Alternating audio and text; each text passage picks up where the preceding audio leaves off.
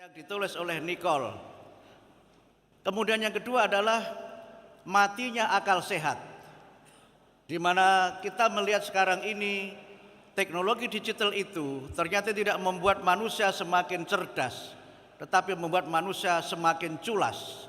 Kita bisa baca dalam bukunya Frankenfurter, World Without Mind. Terjemahan bebasnya kira-kira dunia tanpa otak. Yang di situ kita melihat bahwa penggunaan teknologi digital, termasuk sekarang AI itu, seringkali tidak membuat manusia semakin arif dan bijaksana. Dia tidak semakin cerdas, tapi semakin culas. Furr menyebut ada dua gejala yang membuat kenapa manusia tidak cerdas itu. Yang pertama adalah ada yang disebut dengan virality virus atau virus viralitas, di mana orang itu ingin supaya viral, ingin supaya dia menjadi terkenal.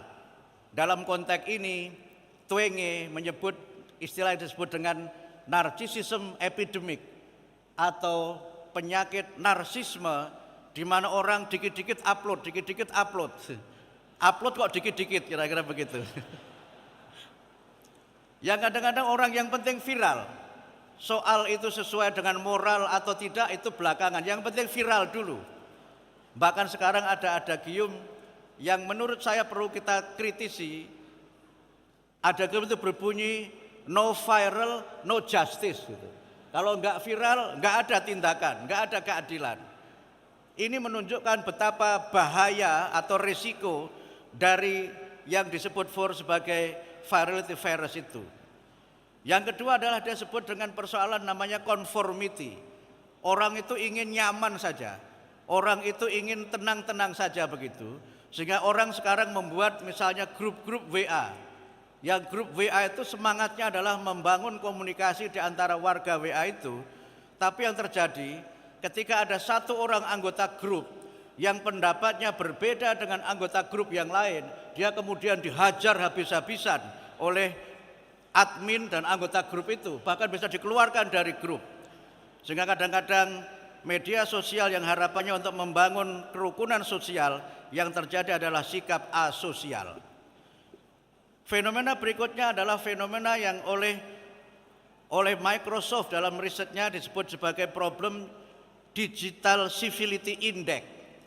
Ada masalah keadaban digital dalam kehidupan kita. Sekarang ini ada istilah baru namanya buzzer. Dan buzzer itu ditambah dengan buzzer RP, kira-kira begitu. Yang ternyata untuk menjadi buzzer itu ada angkanya.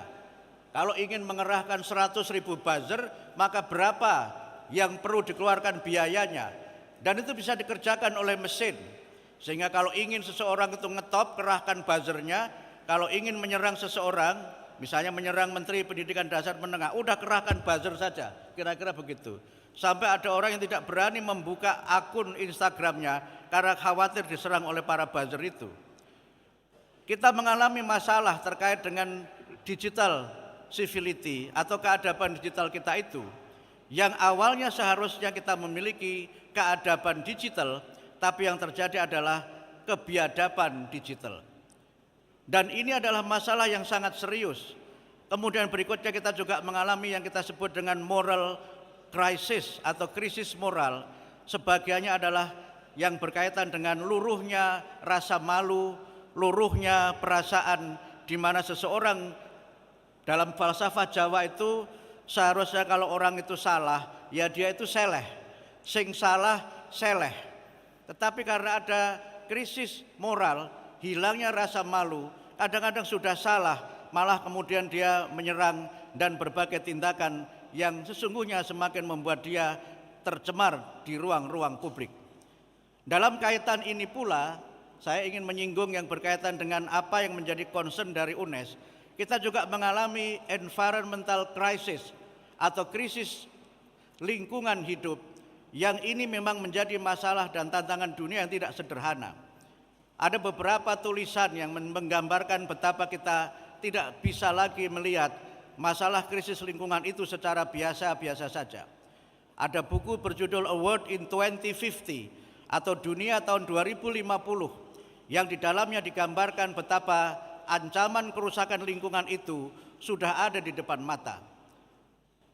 Tahun 2005 ketika saya mengikuti short course di Birmingham University, saya naik angkutan umum, kemudian di angkutan umum itu ada koran gratis, yang kemudian saya baca dari koran gratis itu, tulisan menarik tentang ancaman krisis lingkungan, di mana dalam artikel itu disebutkan tahun 2100 suhu dunia itu akan naik sampai sekitar 5 derajat Celcius. Dan kalau suhu dunia itu naik, maka permukaan laut itu akan terus pasang sebagai akibat dari glasier atau gunung es di kutub utara yang mencair. Dampak dari permukaan air laut yang pasang itu adalah terjadinya banjir di beberapa tempat. Beberapa tempat itu mengalami flooding yang abadi, yang itu bisa menimbulkan kerusakan ekosistem, bahkan juga kerusakan ekologi. Sekedar bercanda, ada seorang kawan kuliah saya di IAIN Semarang dulu, kalau bulan purnama itu sering kirim di grup yang tulisannya itu berbunyi ya Rob, ya Rob, ya Rob itu. Saya pikir dia sedang berzikir, ternyata dia sedang mengeluh karena Rob itu masuk ke rumahnya.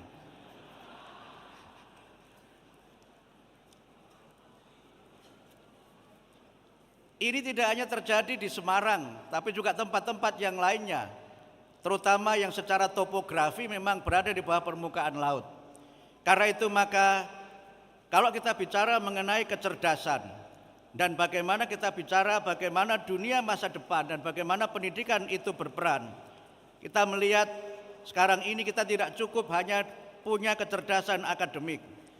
Tulisan agak klasik, Gardner misalnya menyebut bahwa kecerdasan itu tidak tunggal.